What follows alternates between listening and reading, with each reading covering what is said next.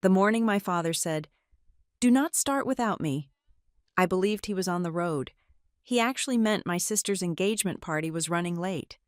By sunset, I married the love of my life facing empty chairs while my family clinked champagne glasses downtown for a performance disguised as love. 2 weeks later, a single honeymoon photo exposed everything they bet against. Suddenly, the people who could not spare me one afternoon remembered my number. My name is Brooklyn Harrison. I am 32 years old, and for as long as I can recall, my primary function in the world has been to ensure that the machinery around me runs quietly and without incident. I currently live in Chattanooga, a city where the air settles heavy in the valleys, and people generally mind their own business. By day, I work as a senior compliance coordinator at Halcyon Root Systems, a private firm specializing in travel risk software. My profession is essentially the art of anticipating disaster. I spend my hours looking for loopholes, structural liabilities, and blind spots in massive corporate travel frameworks. I am highly competent. I am meticulous and precise. I am the person who fixes the catastrophic errors that nobody else in the building even notices. And inevitably, I am the one who receives absolutely zero thanks when the crisis is successfully averted. That is the fundamental nature of compliance work. When you execute your job perfectly, nothing happens. No alarms sound in the hallways, and no celebratory parades are thrown in your honor. It is a quiet, invisible kind of success, and I have always been entirely comfortable with invisibility. It was, after all, the exact role I was conditioned to play since my childhood. In the Harrison family, there was only ever enough room for one main event, and her name was Tinsley. My older sister has been the undisputed golden child since we were in high school. Tinsley is undeniably beautiful, possessing the kind of striking features that force strangers to turn their heads. But her true talent is profoundly performative. She is socially magnetic in a way that exhausts my spirit, but mesmerizes everyone else in her orbit. She does not merely enter a room, she dictates its weather and demands its attention. For 2 decades, our parents, Wade and Elaine Harrison, have operated like a deeply devoted stage crew for Tinsley's unfolding drama. Every holiday gathering, every vacation budget, and every major family decision has been carefully rearranged to accommodate Tinsley's shifting moods, her manufactured milestones, and her meticulously curated public image.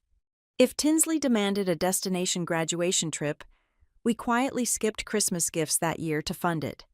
If Tinsley was navigating a dramatic romantic breakup, my academic achievements were swiftly swept off the dinner table so we could focus the evening entirely on her emotional healing. Growing up in that house, I quickly learned the currency of survival. I absorbed the lesson early on that my role was to be the easy one. I was constantly praised for being reasonable and mature.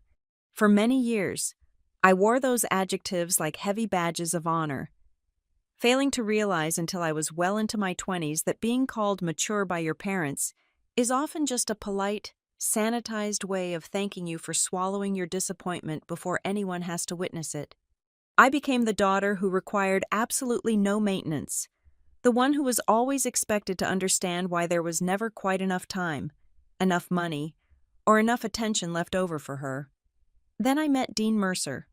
Dean is a quiet man, profoundly disciplined, and entirely unimpressed by the superficial things that endlessly dazzle my family. He is a software founder, though he would never introduce himself that way at a crowded dinner party or a networking event. He built a complex hotel fraud detection platform called Room Trace entirely from scratch, operating out of a rented duplex with uneven floorboards, utilizing a cheap folding desk and a coffee maker that constantly leaked water onto the counter. When I fell in love with him, I fell in love with his absolute stillness. Dean does not need to announce his presence to feel validated. He wakes up at 5 in the morning, works diligently for 10 hours straight, and simply exists with a quiet confidence that requires no audience. Naturally, the Harrison family dismissed him instantly. To Wade and Elaine, success is a highly visible metric. It is something you wear on your wrist, something you park in a driveway, or a prestigious title you casually drop into a country club conversation to establish dominance. Dean works remotely from our living room. He actively avoids bragging about his intellect or his bank account.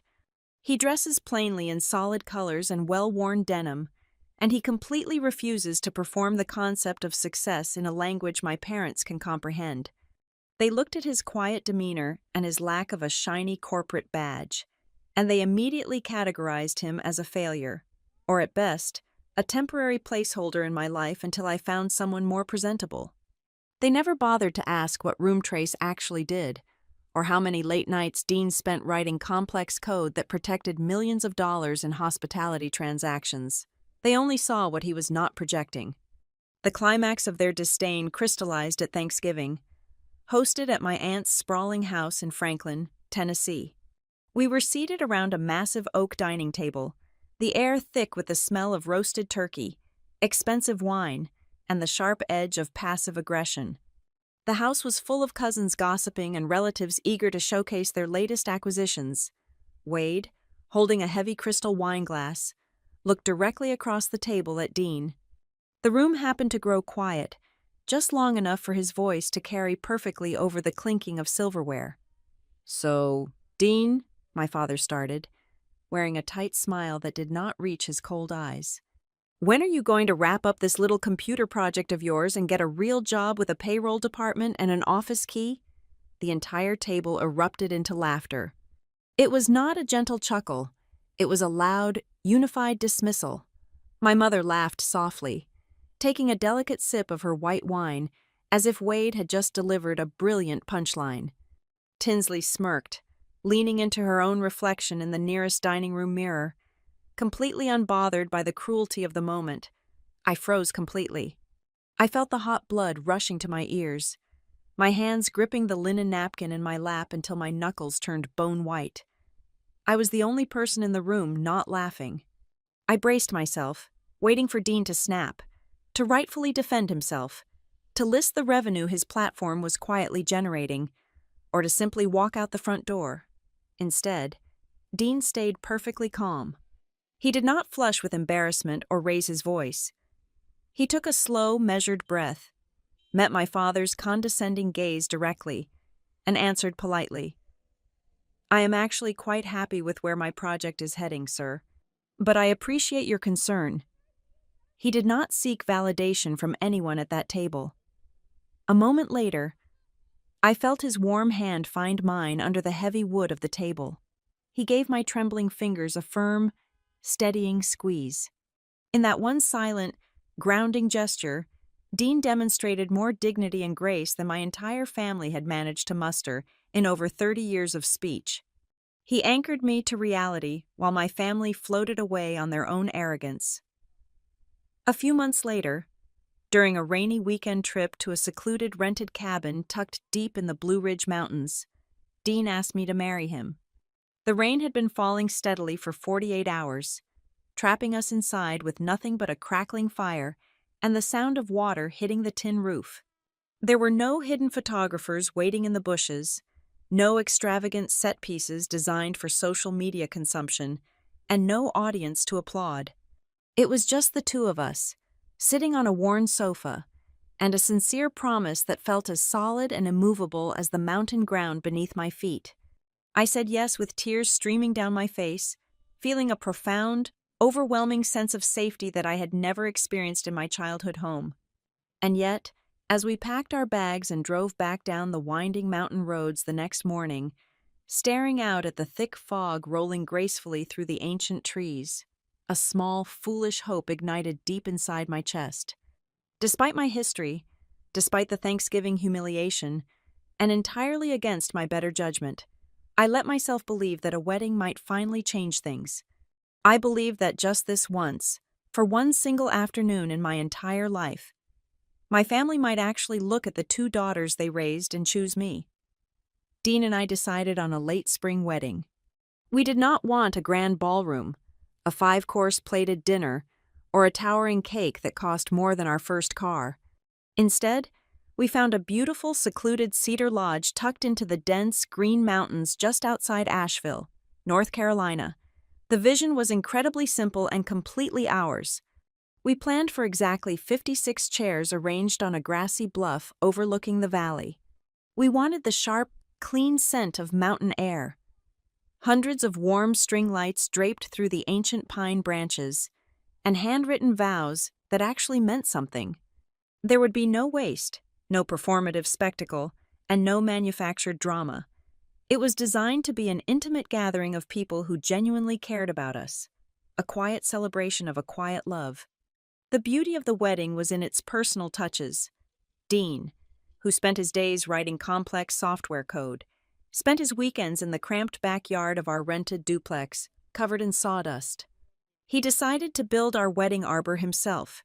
He sourced heavy, reclaimed barn wood from a local salvage yard, carefully sanding down the rough edges and staining the timber until it glowed a rich, warm brown. Watching him work, measuring every angle with quiet precision, made me love him even more. Meanwhile, I spent my evenings at our small kitchen table, designing and writing out every single invitation by hand. I chose thick, textured cotton paper and mixed my own dark green ink. My fingers were constantly stained, but I cherished the process. I loved our wedding precisely because it felt deeply personal and grounded in reality, rather than serving as an expensive exercise in public relations. During this planning phase, my father called me on a Tuesday evening. His voice sounded surprisingly thick with emotion. He told me, unprompted, that he was going to walk me down the aisle. He did not just say it once. He repeated it 3 times during our brief conversation. He spoke with a firm, almost defensive tone, as if he were trying to convince himself just as much as he was trying to convince me. I thanked him, my throat suddenly tight. I took that promise and carefully tucked it away in my heart. I clung to it like something incredibly fragile, a delicate piece of blown glass that I desperately did not want to test or examine too closely, terrified that if I applied even the slightest pressure, it would shatter completely. My fragile piece did not last long. Barely 3 weeks after my engagement became public knowledge among our extended relatives. The familial spotlight was aggressively seized and redirected. Tinsley announced her own engagement. She did not just get engaged to anyone, she got engaged to Grant Wexler.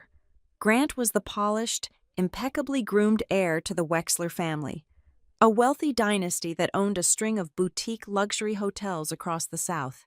Where Dean was quiet and self-made, Grant was loud, heavily funded, and entirely a product of generational wealth. He wore custom-tailored suits to casual Sunday brunches and spoke in corporate buzzwords that my parents found incredibly intoxicating. Almost immediately, the powerful gravitational pull of the Wexler family began dragging the Harrisons into their orbit. Grant did not merely propose to my sister. He effectively purchased my parents' loyalty. Within a month, Grant magically found my father a highly paid consulting role within one of the Wexler development projects. I never quite understood what Wade actually consulted on, but the paychecks were substantial enough to change his entire posture. Shortly after that, Elaine was somehow included on a premium corporate health insurance plan tied to a Wexler holding company. Overnight, Tinsley's romance ceased to be a simple family milestone and transformed into the family's entire financial weather system. The Harrisons' economic comfort was now directly tethered to Tinsley's ability to keep Grant Wexler happy. The shift in family dynamics was swift and brutal. Suddenly, every single conversation I tried to have about my upcoming wedding in Asheville was expertly hijacked and redirected. If I called my mother on a Sunday afternoon to mention that Dean and I had finalized our barbecue catering menu, there would be a brief, polite pause before the pivot. "Oh, barbecue sounds very rustic and easy. Brooklyn," Elaine would say, her voice dripping with practiced, condescending warmth. Speaking of food, did Tinsley tell you that Grant's mother is flying in white truffles from Italy for their rehearsal dinner? It is just a completely different scale of entertaining. And have you seen the clarity on Tinsley's ring yet? Grant had the diamonds sourced from a private dealer in Antwerp. I learned to simply grip the phone tighter and murmur my agreements.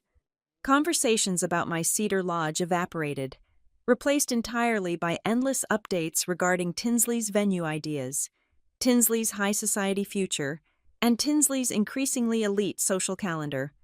My wedding was treated like a quaint, charming little arts and crafts project, while Tinsley's wedding was treated like a royal coronation. To her credit, Tinsley did make a minimal effort to perform the role of a supportive sister. She called me one afternoon, her voice buzzing with frantic energy, and offered vague, sweeping gestures of assistance. She promised to help me coordinate the floral deliveries and look over my seating chart. She sounded incredibly generous for exactly 10 minutes. Then, she vanished. She stopped answering my texts about flower arrangements and ignored my emails about the timeline. She disappeared completely into the whirlwind of her own life. In many ways, her silent absence unnerved me far more than her open criticism ever could have. Open criticism meant she was at least paying attention. Total abandonment meant I did not even register on her radar. Back in Chattanooga, Dean was dealing with his own shifting landscape. He was as steady and loving as ever, but I noticed a new, intense focus in his routine. He started taking a string of quiet phone calls on our narrow back porch, pacing back and forth while speaking in hushed, measured tones. He flew out of state 2 separate times within a single month, packing his small duffel bag in the dark hours before dawn. When I asked him if everything was all right with room trace, he walked over, wrapped his arms around my waist, and kissed my forehead. "Everything is perfectly fine," he assured me, his voice calm and solid. "It is just some contract-related business, a lot of moving parts right now. I promise I will explain everything to you the minute I am legally allowed to do so." I trusted Dean completely. He had never given me a single reason to doubt his integrity, so I nodded, let the subject drop, and went back to addressing envelopes. When the time finally came, I gathered the 56 thick, hand-addressed envelopes containing our save-the-dates. I walked them down to the post office myself, feeling a genuine surge of joy as I handed them over the counter. I imagined my aunts, uncles, and cousins opening them, seeing the dark green ink and the rustic cedar trees I had painstakingly drawn. I expected a flurry of text messages. I expected phone calls. I expected the family group chat to light up with heart emojis and questions about mountain cabins.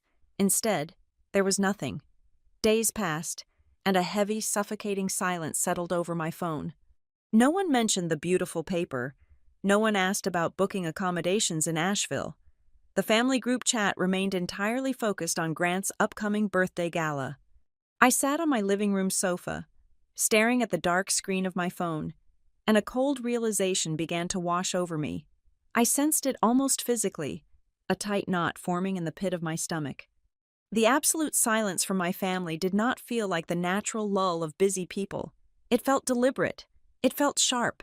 It felt significantly less like peace, and entirely like a setup.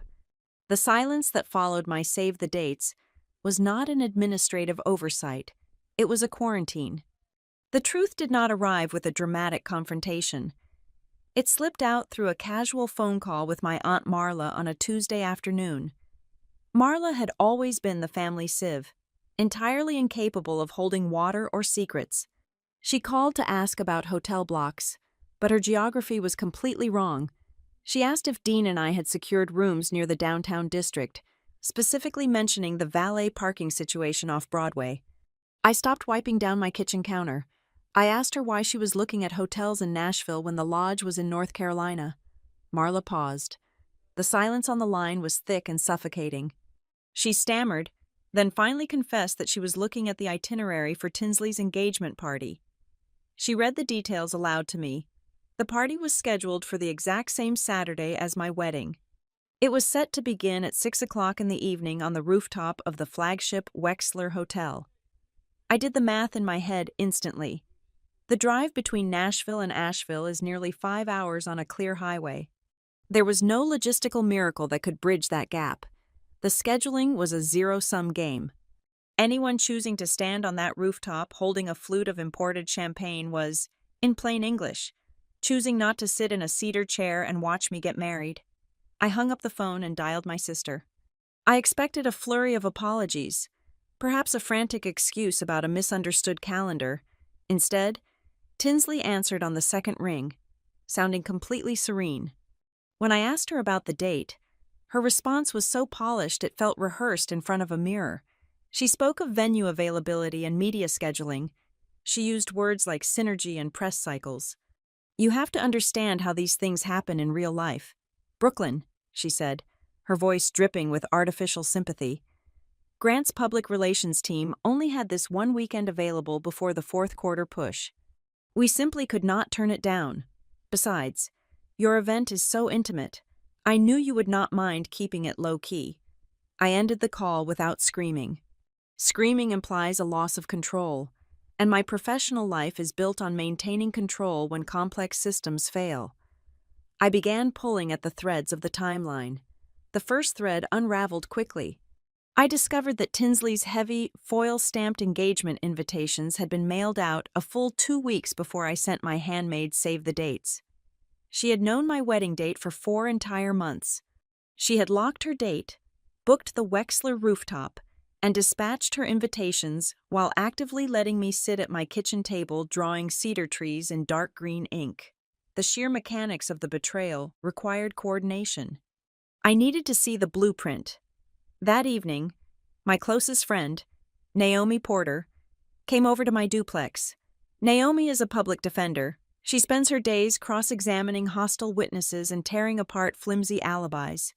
She is blunt, fiercely loyal, and most importantly, she had never been removed from the sprawling Harrison extended family group chat. She walked into my kitchen, dropped her leather briefcase on the floor, and slid her phone across the table. It was open to a photo album containing dozens of screenshots. She laid them out for me like evidence in a deposition.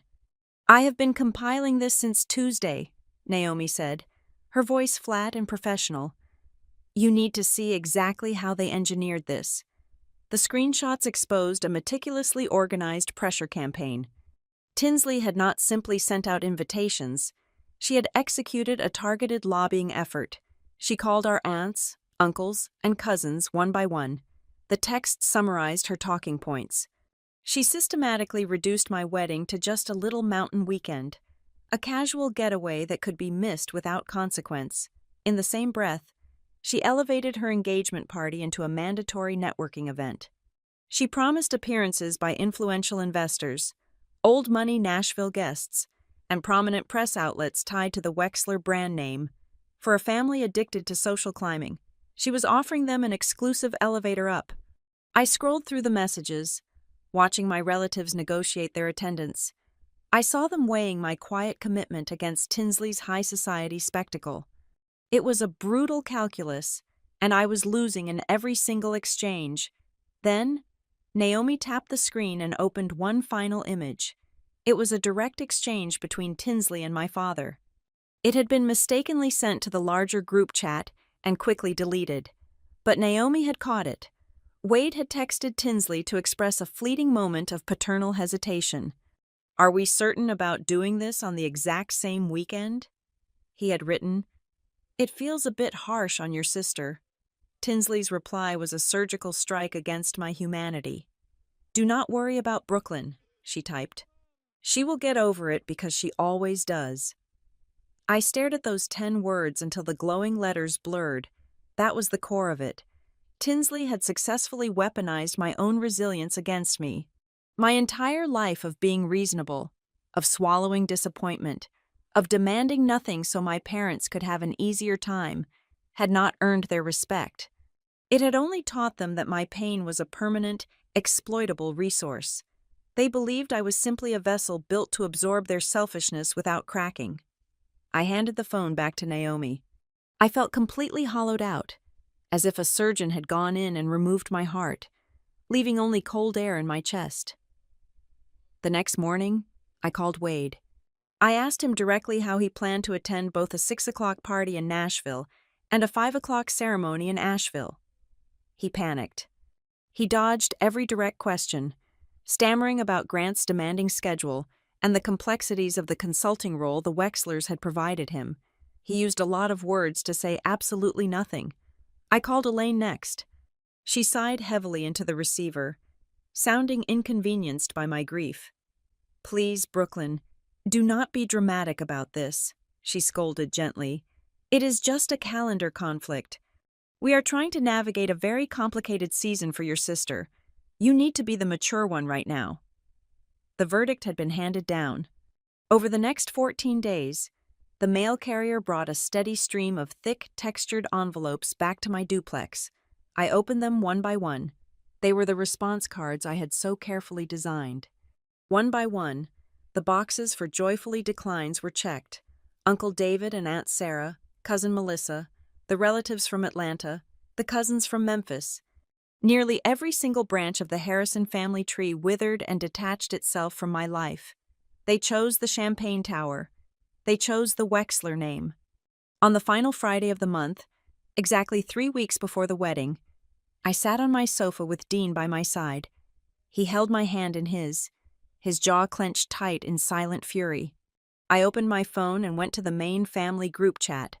I typed out one final, definitive message. I listed the date, the exact time of the ceremony, and the address of the mountain lodge. I finished the message with a single, unadorned sentence. "I hope the people who promised me they would be there still mean it." I pressed send. The message delivered. I watched the read receipts populate as dozens of my relatives opened the text. I sat there for 1 hour, then 2 hours. The screen remained dark. Absolutely no one replied. The morning of the wedding arrived with a pale, cold fog resting heavy over the Asheville pines. I woke up to the sound of my phone vibrating against the wooden nightstand. It was 8 o'clock. The caller ID displayed my father's name. When I answered, the background noise on his end was a chaotic blend of clinking silverware and loud, unfamiliar voices. Wade cleared his throat. He did not ask how I was feeling or wish me well. He simply stated that he could not make the drive. He explained that Grant's family luncheon and the subsequent party schedule had gotten more complicated than expected. He used the word complicated as a shield, a polite substitute for the truth. In one brutal, crystalline instant, the fragile promise I had carried for months shattered completely. I realized, with absolute clarity, that my father's word was never stronger than his paralyzing fear of disappointing richer people. He was terrified of losing his seat at a table that did not even belong to him. I did not argue or cry. I simply hung up the phone. 10 minutes later, my mother called. Her approach was softer, draped in a thin veil of maternal fatigue, but the message was equally cruel. "Please do not make today harder than it already is." She sighed into the receiver. She was entirely blind to the irony of asking the bride to comfort the mother who was abandoning her. I told her goodbye and turned the phone face down on the mattress. I got dressed in the quiet stillness of the mountain lodge with Naomi by my side. The room smelled of old cedar and fresh rain. Naomi did not offer empty platitudes. She did not tell me that everything happens for a reason. She simply stood behind me, her hands steady, and carefully zipped up the back of my simple silk gown. I walked over to the window and looked out at the bluff. Below us, the 56 white wooden chairs sat arranged in perfect, symmetrical rows upon the wet grass. The mountain wind moved through them, knocking a few over.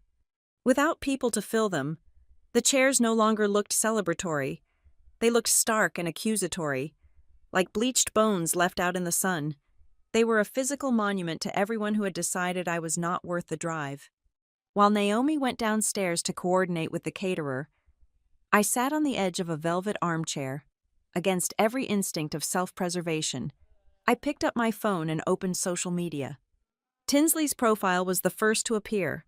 Her story was a barrage of movement and noise. I saw sweeping, panoramic skyline views from the Wexler Hotel rooftop. I saw towering pyramids of expensive champagne glasses catching the late afternoon light. In the center of it all was a candid photo of Tinsley and Grant, laughing brightly. The caption beneath the photo read, "So grateful for everyone who showed up." The words felt like a physical blow to my ribs. It was not just a thank you to her guests. It was a deliberate, public declaration of victory. She was ensuring the world knew she had won the attendance war. I put the phone away and walked downstairs. When I stepped out onto the back porch, the reality of my wedding day came into sharp focus. Out of the 56 chairs, exactly 11 were occupied. Naomi was there in the front row. Two of Dean's oldest friends from college sat behind her. My former coworker, the only person from my previous office who truly knew me, sat near the aisle. Dean's cousin had flown in from the coast. The officiant stood near the front. The rest were a small handful of people who had traveled up the mountains simply because they loved us, not because there was an open bar, and certainly not because anyone important might be watching them. There were no Harrisons. There were no Wexlers. There was only the quiet, undeniable truth of who actually cared. The acoustic guitar music began to play from a small portable speaker. It was time. I walked down the wooden steps and reached the start of the grassy aisle. I stood there alone, the cool wind tugging at the hem of my dress. I took a deep breath, preparing to make the walk by myself. Then, I heard the soft crunch of boots on the gravel behind me. It was Iris Maddox. Iris was the widowed owner of the Cedar Lodge, a retired park ranger with deep lines around her eyes and hands calloused from decades of hard work. She had watched me hold myself together all week, observing my quiet grief as I arranged flowers and checked the mail for replies that never came. Iris stepped up beside me, wearing a simple linen suit. She did not offer a pitying smile. Instead, she firmly offered her arm. "Someone who keeps her word should walk with you," she said, her voice rough like tree bark but incredibly warm. Tears pricked the corners of my eyes, but I blinked them away. I looped my arm through hers. Her presence was solid, anchoring me to the earth as we walked past the rows of empty chairs together. At the end of the aisle, standing beneath the reclaimed wood arbor he had built with his own hands, was Dean. He wore a dark charcoal suit, and the way he looked at me stripped away every ounce of humiliation I had felt that morning. The ceremony was incredibly brief. It was small, raw, and undeniably real. We did not read from a script. We spoke our handwritten vows into the mountain wind, promising to protect each other, to build a quiet life, and to never treat our love as a performance. When the officiant pronounced us married, Dean kissed me, and for the first time in my life, I felt entirely visible. The reception that followed was nothing like the high society galas my parents worshipped. We pushed the heavy wooden tables together on the lodge patio. We ate smoked barbecue on thick paper plates and cut into a dense, rich bourbon cake that Naomi had picked up from a local bakery. We drank cold beer from glass bottles. We played our favorite songs through cheap speakers, our voices echoing out over the dark valley. There was no polite, restrained networking. There was only loud, genuine laughter. I danced with Dean under the string lights, realizing that profound joy can indeed exist in the very same space as profound humiliation. The empty chairs no longer mattered, because the 11 people who stayed filled the entire mountain with their warmth. Late that night, long after the last guest had gone to bed and the fire had died down to glowing embers, I sat alone on the edge of our bed in the bridal suite. Dean was in the bathroom, washing his face. The room was perfectly silent. I picked up my phone one final time. I opened the Nashville rooftop photos again. I looked at the images of my parents smiling wide, holding crystal glasses. I looked at Tinsley glowing in her designer dress.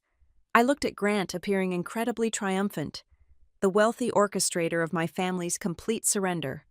I studied their faces, searching for any trace of guilt, any shadow of regret for where they were not. I found nothing. They looked exactly like people who had gotten exactly what they wanted. I locked the screen and set the phone down on the nightstand. A profound shift occurred in my chest. The heavy, suffocating ache of rejection finally dissolved, replaced by a cold, protective armor. I decided, in the quiet dark of that mountain cabin, that I was entirely done begging people to choose me. 7 full days passed since we packed our car and drove down the mountain. We returned to our quiet duplex in Chattanooga. Stepping back into the rhythm of our normal lives, the silence from Nashville was absolute. It was not the heavy, awkward silence of people who knew they had caused a profound injury. It was the light, breezy silence of people who considered skipping my wedding to be nothing more than a minor scheduling detail that had now been successfully resolved. My family had attended the party they deemed important. The conflicting weekend was officially over, and they fully expected me to simply fall back into line without asking any difficult questions. It was as if my wedding was not a wound, but merely an administrative oversight that required no further discussion. On the evening of the 7th day, I sat at my kitchen counter and typed out one final message to Wade and Elaine. I did not draft a long, emotional paragraph. I simply wrote that I appreciated them finally making their true priorities entirely clear, and that I needed space. I set the phone down on the counter. Less than 5 minutes later, my mother replied. She did not apologize. She did not offer a single word of regret or reflection. Instead, she typed out a quick, scolding response, accusing me of holding grudges over spilled milk and begging me to stop living in the past. To her, my profound heartbreak was already ancient history, an inconvenience she had swiped away like an annoying calendar notification. I deleted the message thread entirely. I felt a strange, cold calm settling over my ribs. The bleeding had finally stopped, leaving behind only tough, unyielding scar tissue.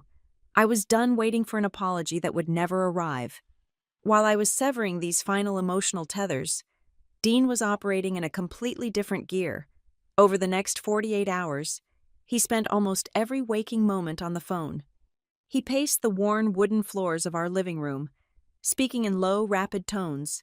I heard him using terminology that belonged in corporate boardrooms, not our modest duplex. He spent hours talking to lawyers, reviewing complex legal structures, and discussing asset transfers. However, the most frequent name on his call log was Celia Rowan. I knew of Celia. I had always assumed she was simply one of Dean's early industry advisors, a mentor who occasionally helped him navigate the competitive hospitality tech space. She was a formidable, sharp-minded founder who had built and sold 2 massive platforms before she turned 40 years old. Dean always spoke of her with deep reverence, but I had absolutely no idea how deeply entangled she was in the current architecture of his business. On a Thursday night, the pacing finally stopped. Dean walked into the kitchen, gently closed my laptop, and pulled out a chair across from me. The air in the room felt suddenly dense, charged with the kind of electricity that precedes a massive shift in the weather. He took a deep breath, looked me directly in the eyes, and finally told me the truth. He explained that for the past 6 months, Roomtrace had not just been growing, it had been undergoing rigorous, exhausting acquisition due diligence. The buyer was Orison Atlas, a massive, privately held travel platform company that was expanding aggressively into anti-fraud infrastructure. They did not just want Dean's software, they wanted to absorb his entire operational framework and integrate his algorithms into their global network. I sat there, completely stunned, processing the magnitude of his words. I asked him why he had kept such a monumental secret during the most stressful year of our lives. Dean did not look away. He explained the strict non-disclosure agreements, the uncompromising legal mandates that required absolute silence until the ink was dry. But then his voice softened, losing its corporate edge and taking on a profound, heartbreaking tenderness. The legal contract was the official reason, he said quietly, reaching across the table to hold my hands. But the real reason was your family. I knew exactly what would happen if word leaked out. If your father or Tinsley caught even a faint scent of the money on the table before our wedding day, they would have abandoned Grant Wexler's rooftop in a heartbeat. They would have driven up that mountain and filled the front row of those cedar chairs. They would have toasted to us, smiled for the cameras, and pretended to offer a deep, profound respect they had absolutely never earned. He swallowed hard, his eyes fiercely protective. I could not let them do that to you. I wanted you to have one thing in your life that belonged entirely to us, something completely pure, before anyone else tried to put a price tag on it. I wanted us to know exactly who would show up for us when they thought we had nothing to offer them. The breath left my lungs. The sheer scale of the financial deal was shocking, but the protective architecture of his silence was what broke me open. He had willingly absorbed my family's relentless condescension for months. He had sat at that Thanksgiving table and let my father humiliate him in front of a dozen relatives, all while knowing he held a winning hand. simply to protect the integrity of my wedding day. He had traded his own ego to ensure my reality was authentic. The next morning, the reality of our new life fully materialized. Celia Rowan called me directly. Her voice was warm, but it carried the undeniable weight of a woman who commands empires. She confirmed every single detail Dean had shared. She walked me through the numbers, and I had to sit down on the edge of the sofa to keep my balance. There was a massive equity payout. There was a multi-year retention bonus designed specifically to keep Dean at the helm of the engineering team. There was a designated leadership role for him within Orison Atlas, and a long-term financial upside that was significant enough to permanently change the trajectory of our entire lives. We were no longer simply comfortable. We were crossing into a stratosphere of wealth that the Wexler family only pretended to possess through heavy leverage and debt. Before ending the call, Celia shifted her tone from business to personal celebration. She told me that she had been incredibly angry on my behalf when she learned about the empty chairs at my mountain ceremony. As a personal wedding gift to us, she was offering full, unrestricted access to Villa Bellacosta. It was not a commercial hotel you could simply book online. It was a sprawling, historic executive retreat situated directly on the shores of Lake Como in Italy. The property was owned through a labyrinth of Orison Atlas holding entities and was strictly reserved for top-level corporate hosts, senior founders, and elite private gatherings. She offered us 14 days, complete with private staff, a dedicated boat captain, and absolute seclusion. When I hung up the phone, I looked around our small, rented duplex with its leaky coffee maker and its cramped floor plan. I felt a sudden, sharp spike of vertigo. My entire life, I had been trained to occupy the smallest possible amount of physical and emotional space. I had been taught to ask for nothing, to accept the tiny scraps of attention my family threw my way, and to feel incredibly guilty if I ever desired more. The prospect of flying across the world to stay in an Italian villa built for billionaires felt terrifying. It felt like an arrogant costume I had no right to wear. I hesitated for exactly one night. I lay awake staring at the ceiling, seized by that same familiar, suffocating urge to retreat into myself, to pass on the trip, and to remain tucked away in the quiet corners where life felt safe and predictable. But as the sun began to rise, casting a pale golden light across the bedroom walls, the protective armor I had forged on my wedding night locked firmly into place. I thought about Tinsley standing on that Nashville rooftop, drinking champagne and celebrating my absence. I thought about my mother telling me not to be dramatic about my own heartbreak. I realized that rejecting this gift would just be another way of punishing myself to maintain the status quo. I turned to Dean, who was sleeping peacefully beside me, and made a silent, unshakable vow. I was completely finished making myself smaller so the people who abandoned me did not have to feel uncomfortable. We were packing our bags. We traveled for nearly 20 hours before finally arriving at Villa Bellacosta, just as the late afternoon sun began to dip behind the jagged peaks of the Italian Alps. The long journey dissolved the moment we stepped off the polished wooden water taxi and onto the private dock. The estate was completely breathtaking, but what stunned me the most was the profound restraint of the place. There were no flashing neon signs, no velvet ropes, and no towering glass lobbies designed to make guests feel small or inadequate.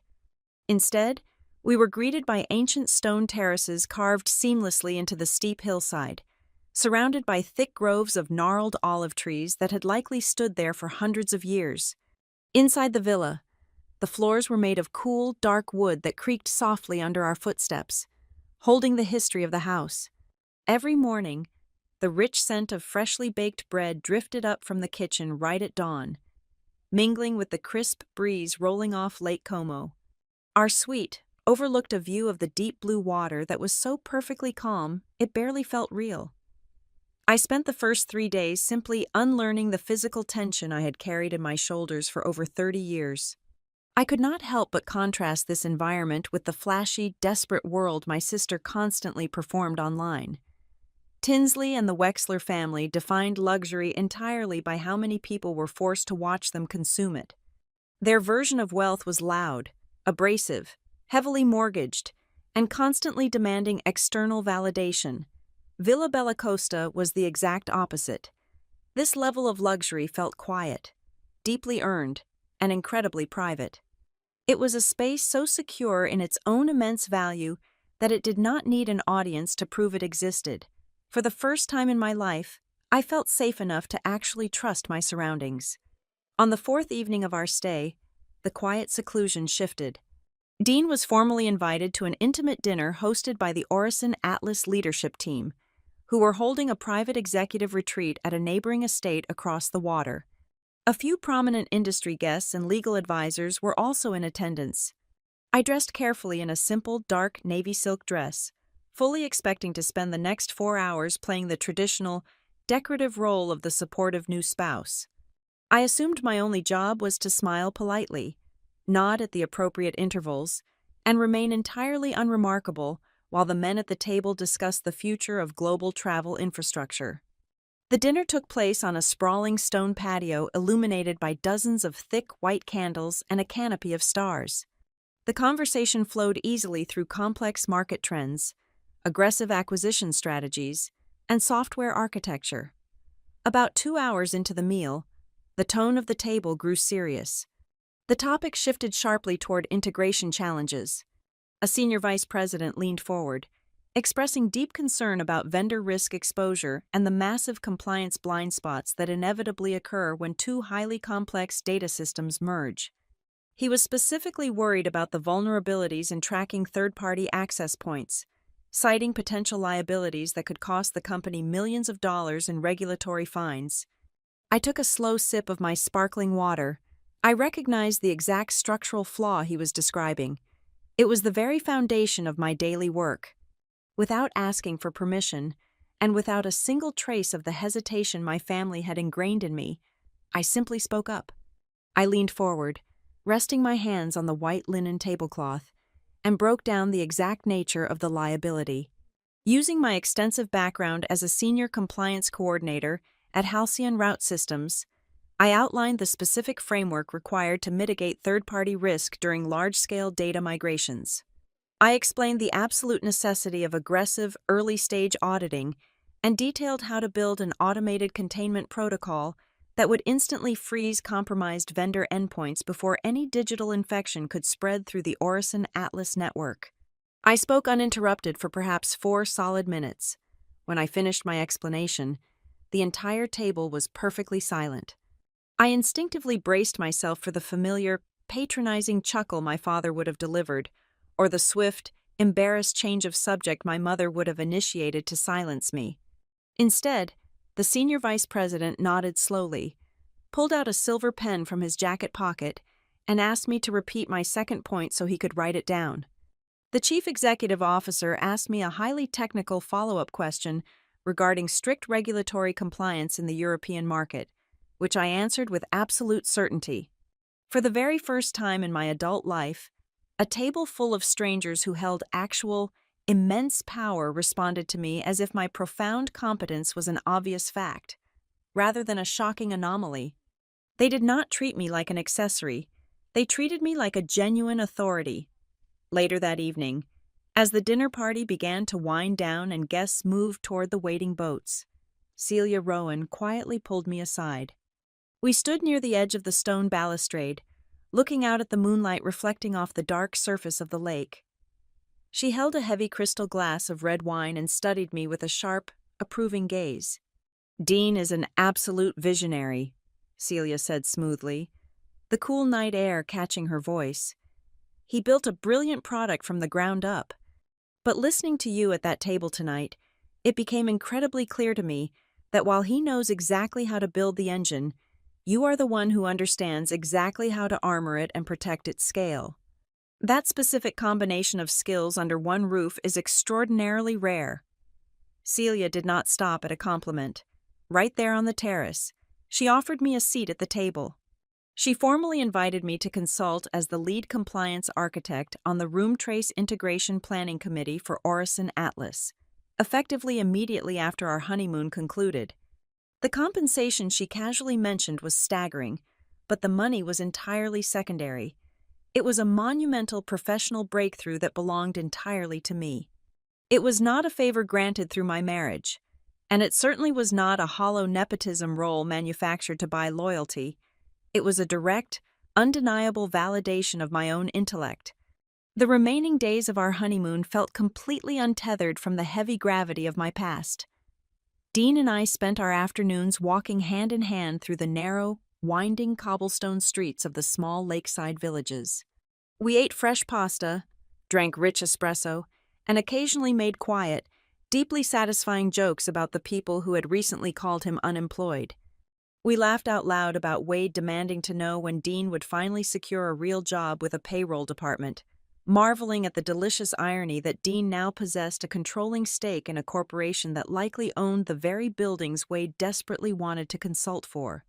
With every passing hour, the emotional distance from Nashville widened into a vast, unbridgeable ocean. It evolved from a painful separation into something profoundly liberating. On our final evening at Villa Bella Costa, just as the Italian sky turned a deep, bruised purple, we stood together out on our private bedroom terrace. Dean wrapped his strong arms around me from behind, resting his chin comfortably on my shoulder as we watched a few small boats cut through the water. I pulled my phone out of my pocket. I had not posted a single update, checked a single timeline, or responded to a single message since the morning before our wedding. I opened the camera application and took one understated, naturally lit photo of us standing together against the breathtaking mountain backdrop.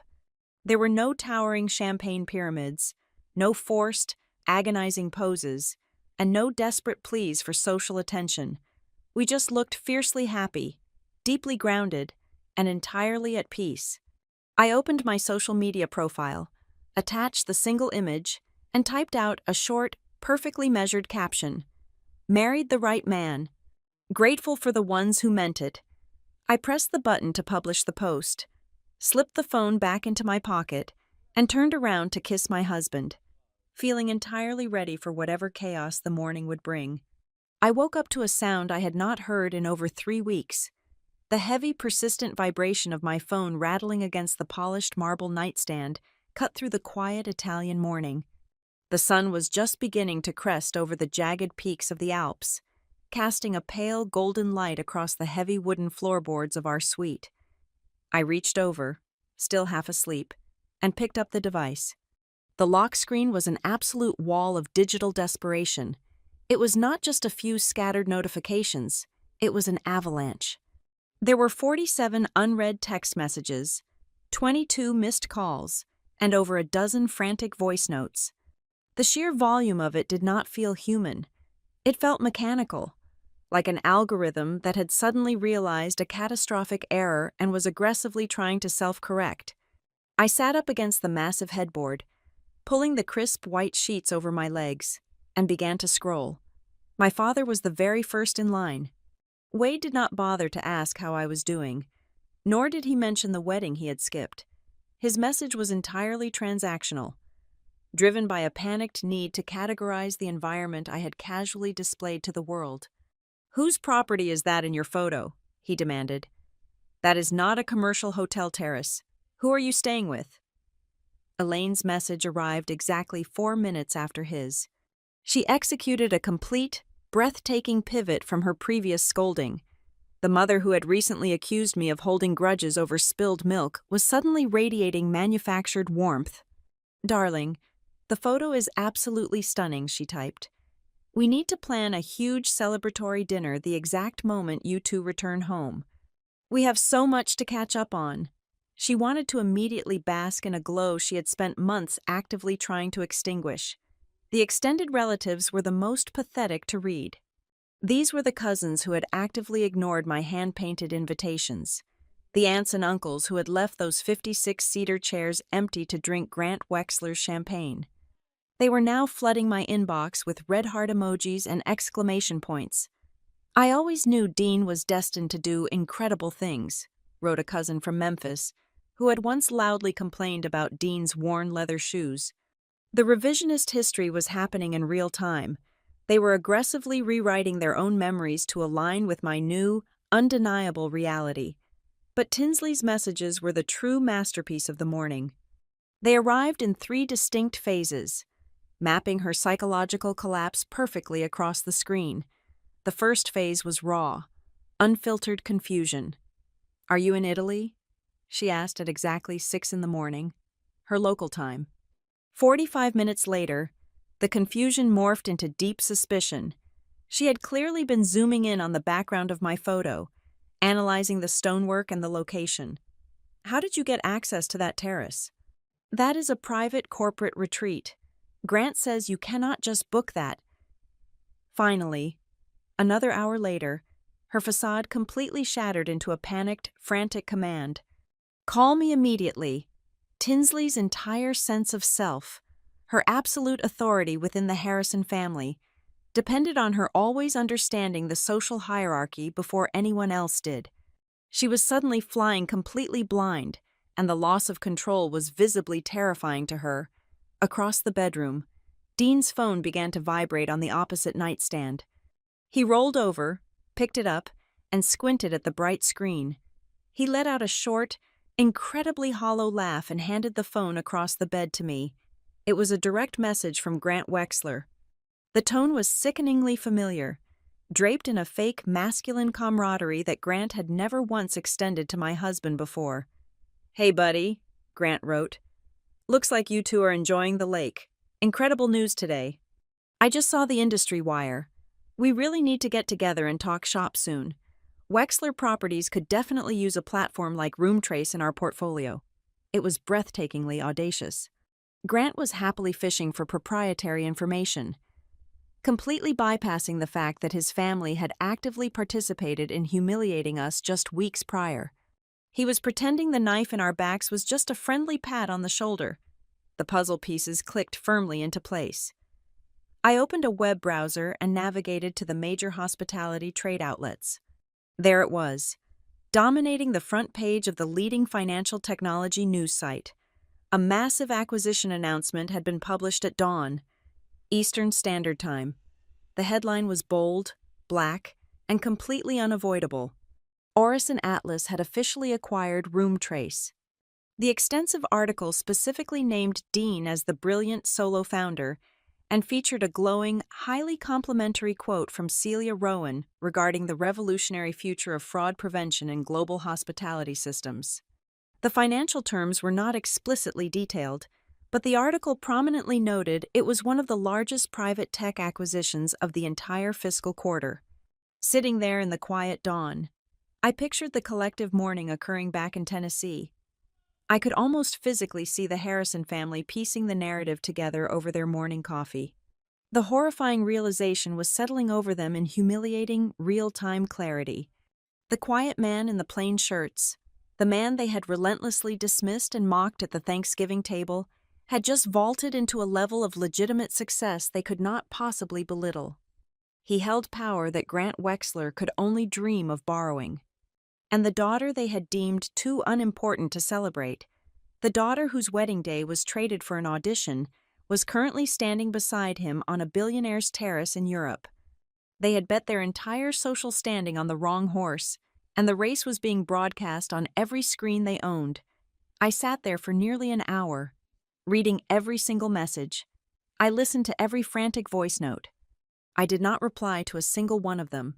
I let myself absorb the stark, unvarnished ugliness of it all.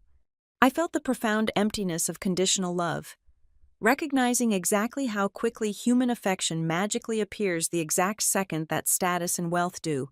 It was emotionally cold, but it was the most deeply satisfying feeling I had ever experienced.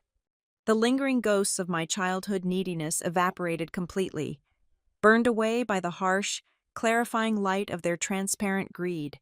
However, I knew I could not leave the silence open to their interpretation. The Harrisons would view my silence as an invitation to simply keep trying until they wore me down. I opened the main Harrison family group chat. This was the exact same digital room where my final plea for attendance had been met with dead, suffocating air. I opened the keyboard and typed out one carefully measured, surgical note. I stated the facts without offering a single ounce of emotion for them to feed on. "The wedding mattered," I typed. my thumbs moving steadily across the glass. The betrayal was entirely deliberate. I see clearly how quickly things change when there is an announcement in the trade papers. I will not discuss anything regarding my life, my husband, or this family until I'm entirely ready. Nobody should mistake my current access for future forgiveness. I pressed send. I watched the text bubble appear on the screen. I did not wait to watch the read receipts populate. I did not care who saw it first or how loudly they gasped in their suburban kitchens. I locked the screen, turned the notification volume all the way down, and tossed the device onto the nightstand. I stood up, smoothed out my silk pajamas, walked over to my husband, and took his warm hand. We dressed quietly, left the suite, and walked down the ancient stone steps toward the private dock where the wooden boat was waiting for us. We stepped aboard, untied the heavy ropes, and drifted out onto the deep, incredibly calm waters of Lake Como. The morning air was crisp and clean. For the first time in my entire life, I chose the vast, quiet water over the frantic, demanding noise of my family. We returned to Chattanooga just as the heavy summer humidity began to settle over the Tennessee Valley. The transition from the pristine Italian shores back to our cramped duplex could have felt jarring, but instead, it felt incredibly grounding. We were packing moving boxes, preparing to leave the uneven floorboards and the leaky sink behind for good. A new chapter had officially commenced. Within 48 hours of our return, I formally accepted the consulting role with Orison Atlas.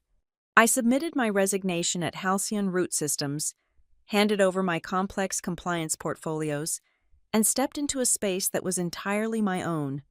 For the very first time in my 32 years on this earth, my career was expanding rapidly, simply because someone intelligent noticed exactly what my mind could do, rather than who I was related to or how quiet I could be. I was given a team, a substantial budget, and absolute authority over the integration framework. During our second week back, the narrative my family had so carefully constructed began to unravel in the public square.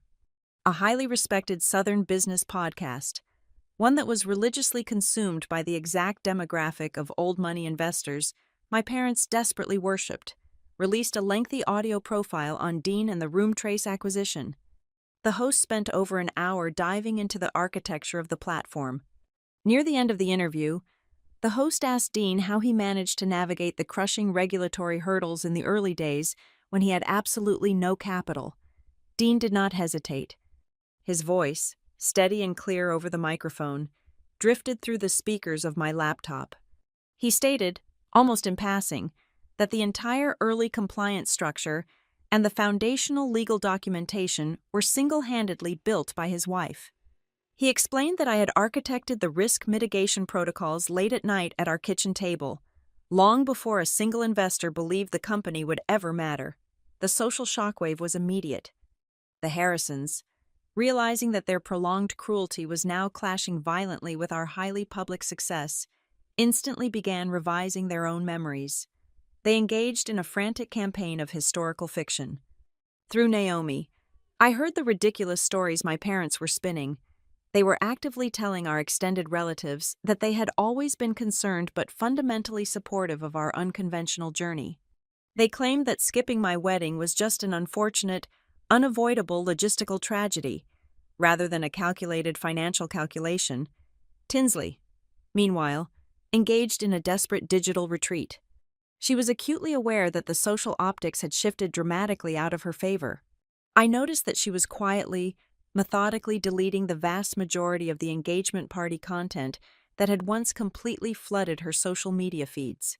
The towering champagne pyramids, the triumphant captions, and the sweeping skyline views of the Wexler Hotel were scrubbed from the internet. She sensed that flaunting a party funded by borrowed money while her ignored sister was being celebrated in international business circles was a catastrophic look. Her authority was evaporating, and she was trying to erase the evidence of her arrogance before anyone else noticed. But the erasure was too late, and the trouble surrounding the Wexler empire was becoming impossible to hide. The cracks in their foundation did not start as a public collapse. They began as quiet, persistent whispers within the regional hospitality industry. rumors that quickly escalated into loud, unavoidable alarms. Word leaked out about massive expansion debt that the family could no longer service. Several of their high-profile boutique hotel renovations completely stalled, leaving half-finished lobbies sitting empty for months. There were aggressive vendor disputes, with local contractors filing liens for unpaid invoices. The polished, unassailable image of Grant's family brand was a fragile illusion. They were suffocating under the weight of aggressive, predatory lending. They were not incredibly wealthy. They were just incredibly leveraged. As the Wexler financial ecosystem began to wither, the artificial weather system that had dictated my family's behavior violently reversed its course. The manufactured prosperity my parents had traded my wedding day to secure dried up overnight. Wade's highly compensated, largely undefined consulting role with the Wexler development projects was quietly terminated as Grant's father desperately slashed operational budgets. Elaine suddenly lost the premium corporate health insurance perks and the country club access she had grown so incredibly used to flaunting. Panic is a highly predictable emotion. As their financial security crumbled, the very same family members who had cheerfully abandoned me on a mountain in North Carolina suddenly felt an overwhelming, urgent need to reestablish emotional contact. They knew they could not simply ask the newly wealthy tech founder and his wife for a massive loan out of nowhere. They needed to pave the road first. They needed to fabricate a narrative of family healing before they could comfortably pivot to asking for practical help. Over the course of 3 weeks, Dean and I received half a dozen dinner invitations. They arrived via text message and overly cheerful voicemails. Wade suggested grabbing a casual steak dinner to catch up on old times. Elaine left a breathy voice note expressing deep maternal concern, claiming she just missed seeing my face and wanted to host a nostalgic Sunday brunch to heal the past. I declined every single invitation. I did not argue with them, and I did not write long, emotional paragraphs explaining my lingering pain. I was flawlessly, perfectly polite. I simply stated that our schedules were currently full and that we were unavailable. I offered absolutely no alternative dates. By denying them physical access to our lives, I systematically stripped away their favorite defensive weapon. The Harrisons had always used forced proximity and loud family gatherings to dissolve accountability, believing that if we all just sat in the same room and ate a meal together, the past would magically erase itself. I refused to give them that room. I forced them to sit alone with the deafening silence of their own consequences. The ultimate vindication, however, did not come from an ignored text message. It arrived on a rainy Tuesday evening, carried in the hands of my best friend. Naomi knocked on the door of our duplex, her coat dripping wet, clutching a thick manila folder against her chest. She walked directly into the kitchen, dropped the folder onto the counter, and took a slow, heavy breath. She had been digging through county property records and public financial filings, utilizing the same relentless investigative skills she applied to her toughest legal cases. She opened the folder and spread a series of officially stamped documents across the countertop. The paperwork detailed a massive home equity line of credit that Wade had taken out against my childhood home. The dates on the bank approvals were what made the blood freeze in my veins. The loans were initiated and fully approved during the exact same months I was hand-drawing my save the dates. Naomi traced the public financial breadcrumbs with her index finger, showing how a significant portion of that newly borrowed money appeared directly connected to large, non-refundable deposits made to Nashville event vendors. The reality of the paperwork was devastating. My father had not simply chosen to attend a party hosted by richer people. He had secretly plunged his own financial life into massive, dangerous debt, specifically to fund Tinsley's elaborate engagement event. He had borrowed thousands upon thousands of dollars to construct a flawless social stage, desperately hoping to secure Grant's family money through marriage. I stared at the black ink on the county records. The entire narrative crystallized. My small, inexpensive mountain wedding was not just an inconvenience to them, it was completely useless. It offered them no return on investment, no social leverage, and no access to generational wealth. My wedding day was intentionally sacrificed, so my parents and my sister could execute a high-stakes financial audition. They had wagered everything they owned on the Wexler name, and now, the bill was finally coming due. My father's pride did not collapse with a dramatic explosion. It eroded entirely over a brief, pathetic phone call on a Wednesday afternoon. I was sitting at my dining table, reviewing a complex compliance framework for Orison Atlas, when my phone vibrated. Wade's name illuminated the screen. I almost let it go to voicemail, but the sheer volume of his recent attempts to reach me sparked a clinical curiosity about exactly how desperate his situation had become. I answered the call. There was no polite preamble, no manufactured nostalgia about my childhood, and absolutely no pretense that he simply wanted to hear his daughter's voice. Wade sounded hollow, his vocal cords strained by a completely different kind of exhaustion. He told me, his voice shaking terribly, that the bank was actively threatening foreclosure. The home equity line of credit he had taken out against my childhood home was completely maxed out, and the massive monthly minimums had become entirely impossible for him to service. I let him speak, listening to the frantic cadence of a man who realized his bluff had finally been called by the universe. I did not offer him a single syllable of comfort. I simply asked him why he took out the massive loan in the first place. I already knew the answer from the public financial filings Naomi had uncovered, but I needed to force him to say the words out loud. The silence on the line grew incredibly heavy. When Wade finally spoke, the remaining facade of the Harrison family mythology crumbled into dust. He confessed that the massive Nashville engagement event was never just a celebratory party. It was a highly calculated, heavily funded theatrical production staged for an audience of exactly one person. Her name was Lenora Wexler. Lenora was Grant's formidable aunt, the primary family trustee who entirely controlled the timing and the distribution of a multi-million-dollar trust release. She was notoriously strict, intensely judgmental, and she wanted to see whether Tinsley possessed the social endurance and the aesthetic polish required to seamlessly represent the prestigious Wexler brand. Wade admitted, his voice dropping to a shameful whisper, that Lenora was only available to travel to Tennessee on that specific weekend in late spring. Tinsley's future, and by extension, my parents' desperate bid for permanent financial elevation, completely hinged on proving they could host an impeccably wealthy crowd without flinching. I sat perfectly still, the phone pressed hard against my ear. The true magnitude of the betrayal settled over me like a heavy, suffocating blanket. My wedding day was not merely overshadowed by a careless scheduling conflict. It was knowingly, deliberately cannibalized. They threw my joy onto an altar and sacrificed it so my sister could pass a high-stakes social and financial test in front of the people holding the purse strings. They traded my milestone for an audition. I hung up the phone without making a single promise to Wade. Less than 2 hours later, my phone rang again. This time, it was Tinsley.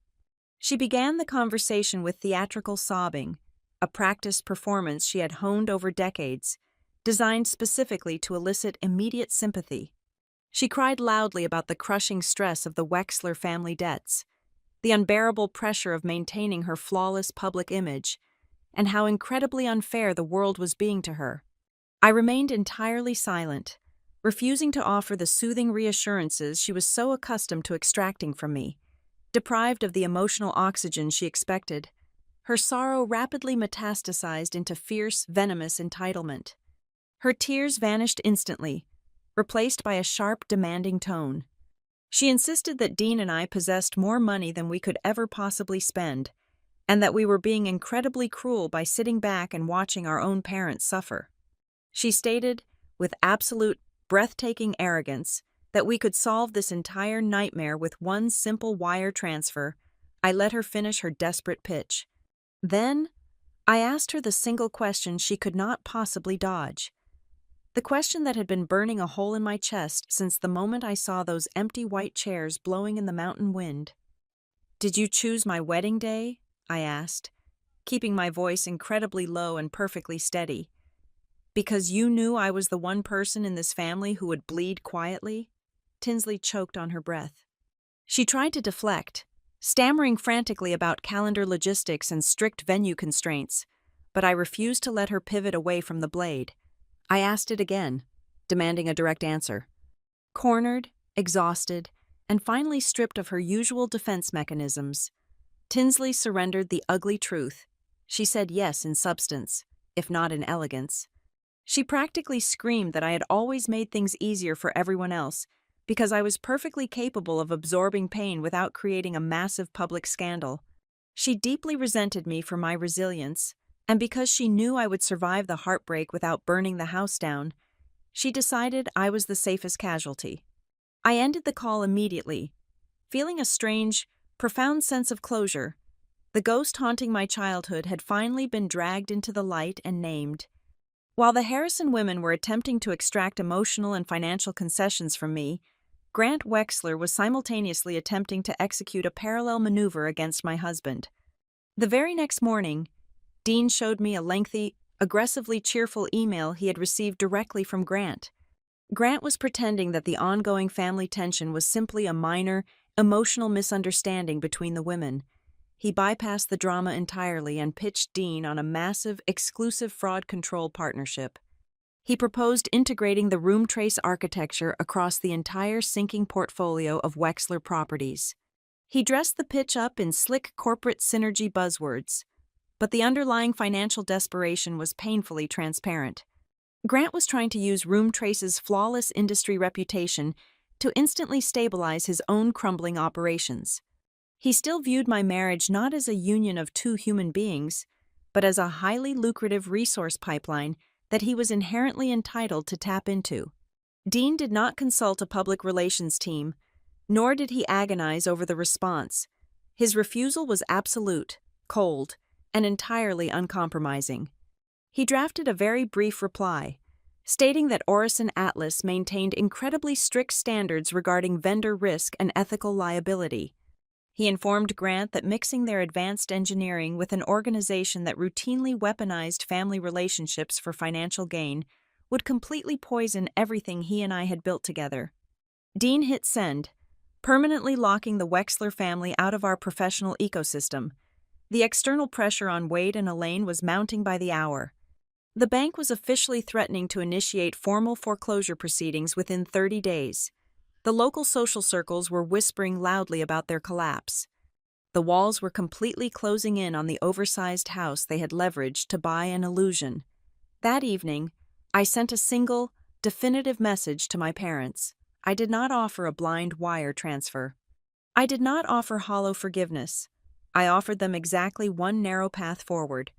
I told them that if there was going to be any financial intervention whatsoever regarding the house, it would not happen over the phone, and it certainly would not happen through passive-aggressive text messages.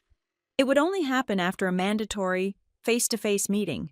I dictated the terms with the cold precision of a corporate auditor.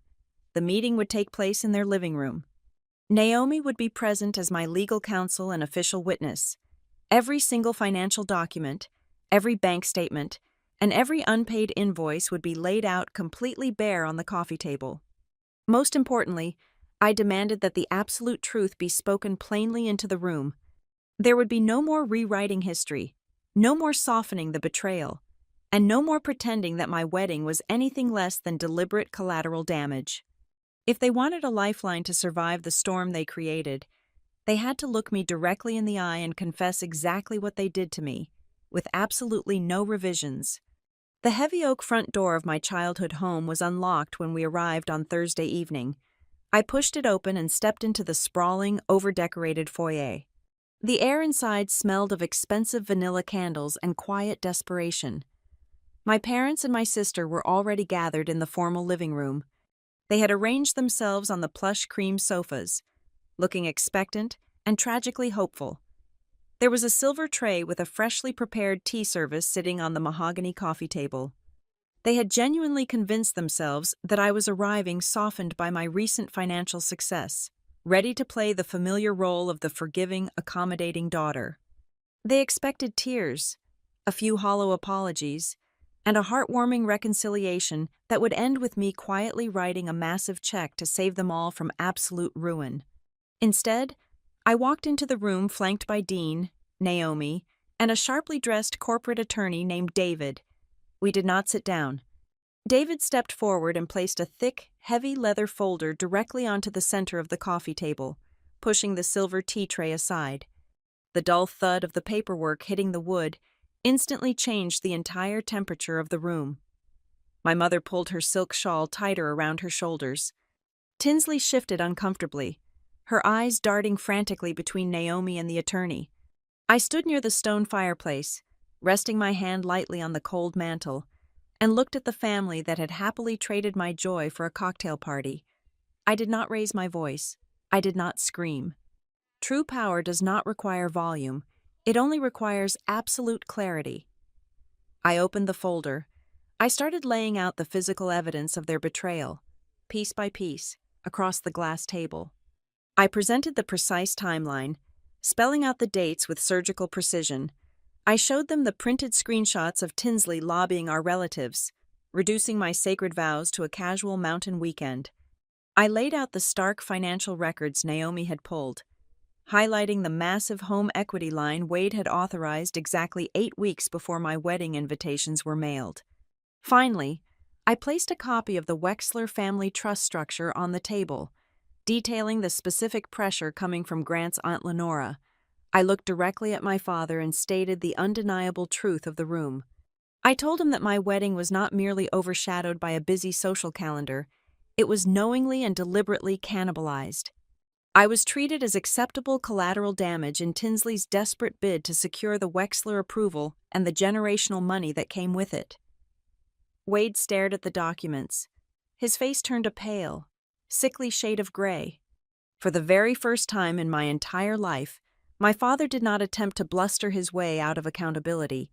The sheer weight of the paper crushed his pride entirely. He broke.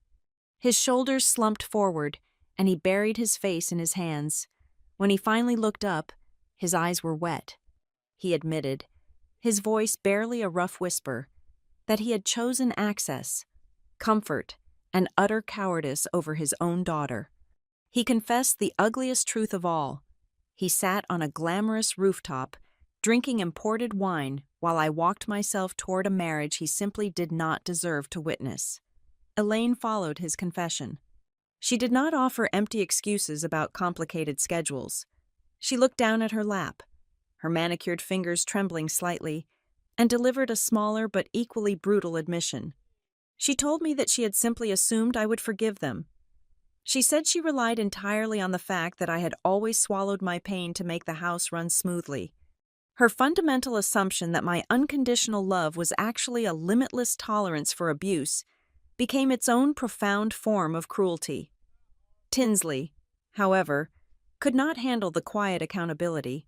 Deprived of her usual spotlight and cornered by the undeniable proof of her manipulation, she erupted. She stood up, her voice shrill and frantic, denying the financial motives and attempting to redirect the blame onto Grant's demanding family. But I simply stared at her, offering absolutely zero emotional reaction to her theatrics. My utter silence broke her completely. The manic energy drained from her posture, leaving behind the raw, insecure core she had spent her entire life trying to hide. She finally confessed the emotional truth that drove the entire sabotage. She looked at me, her face flushed with lingering anger and deep shame, and admitted that she simply could not tolerate it. She could not stomach the idea of me having a single 24-hour period where the entire room belonged entirely to me, and no one was looking at Tinsley first. She sabotaged my wedding because she was terrified of briefly becoming the secondary character in our family dynamic. The air in the living room grew completely still. The truth was finally out, lying bare on the table alongside the bank statements. Tinsley took a ragged breath and asked how we were going to fix the Wexler debt. I looked at my older sister and delivered my verdict. I told her I absolutely refused to give her or Grant a single cent. There would be zero bailouts for the Wexler empire, zero business ties with Roomtrace, and zero opportunities for them to mistake my money for a genuine reconciliation. Tinsley gasped, sinking back onto the sofa as the reality of her impending social collapse washed over her. Then, I turned back to my parents. I offered them one narrowly tailored, strictly managed act of grace. I told them I would pay the exact amount of the bank lien currently threatening their home, effectively saving them from public foreclosure. However, the money would not touch their hands. It would be wired directly into an attorney-managed escrow account. The conditions of this rescue were absolute and non-negotiable. They were required to immediately list this oversized 5,000-square-foot monument to their ego on the housing market. They had to sell the property within 90 days, downsize into a modest, affordable home, and permanently sever all of their financial entanglements tied to Tinsley and Grant. Most importantly, I looked my mother directly in the eyes and told her that they were to never, under any circumstances, attempt to use me as the family's silent, compliant backup plan ever again. They had to learn how to survive the consequences of their own choices. Wade nodded slowly, completely defeated, but entirely grateful for the lifeline. We left the house 10 minutes later, leaving the heavy folder on their table as a permanent reminder of the evening the power dynamics shifted forever. The story reaches its true conclusion exactly 12 months later. Dean and I were hosting our first anniversary dinner. We were no longer living in the cramped duplex. We had purchased and meticulously restored a beautiful, sprawling hillside home just outside the city limits of Chattanooga. It was a space filled with warm light, solid wood, and absolute peace. We invited a very small, carefully selected group of people to celebrate with us. 30 minutes before the first guests were scheduled to arrive, the doorbell rang. I opened the heavy front door and found Wade standing on the porch.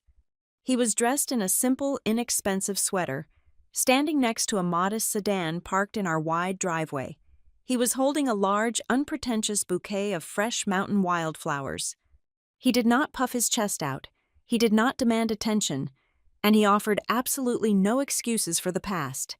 He looked older, quieter, and fundamentally changed by the humbling reality of his downsized life. I accepted the flowers, thanked him, and invited my father inside. I guided him into the dining room, where the long wooden table was beautifully set for the evening. I pulled out a specific wooden chair near the end of the table and told him to sit there. Wade sat down exactly where I told him to. He did not look around the room with the arrogant posture of a man who owned the space. He sat quietly, his hands folded in his lap, looking around the beautiful home his daughter had built without his help. He was finally learning that he was never inherently entitled to my world. As I walked back toward the kitchen to join my husband, I realized that I no longer felt a single ounce of resentment. The deepest, most profound revenge was not screaming at them or watching them lose their money. The ultimate revenge was the quiet, unshakable reality that I now possessed the absolute power to decide exactly who gets a chair at my table, and exactly why they are allowed to stay. Thank you so much for listening to my story today. I would absolutely love to know where in the world you are tuning in from, so please drop a comment below with your city or country so we can interact and share our thoughts together. If you enjoyed this journey of finding strength and setting boundaries, please make sure to subscribe to the Maya Revenge Stories channel. Leave a like on this video, and support the channel even more by pressing the hype button so this story can reach and empower many more people who might need to hear it.